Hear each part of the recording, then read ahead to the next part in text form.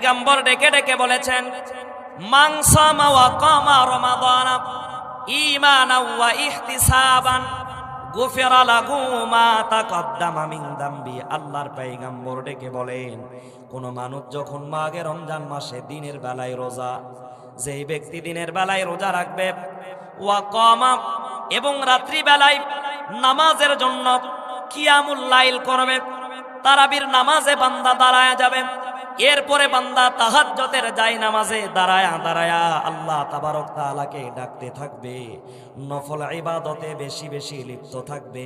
আল্লাহর পয়গম্বর ডেকে বলেন, গুফিরা লাহু মা তাকদ্দামা মিন যামবি। গুফিরা এটা পাস্টের আলোচনা, অতীতের আলোচনা, মাজির আলোচনা। আল্লাহর পয়গম্বর ডেকে বলেন, আল্লাহ পাক রাজি আর খুশি হয়ে তার পেছনের জিন্দেগির সব গুনাহ খাতাগুলোকে মাঘে রমজানে ইবাদত করার কারণে ক্ষমা ঘোষণা করে দেন। প্রিয় ভাইয়ের আমার, প্রিয় বাবারা আমার, এক রাতের দাম, এক রাতের মান মর্যাদা আল্লাহ রাব্বুল আলামিনের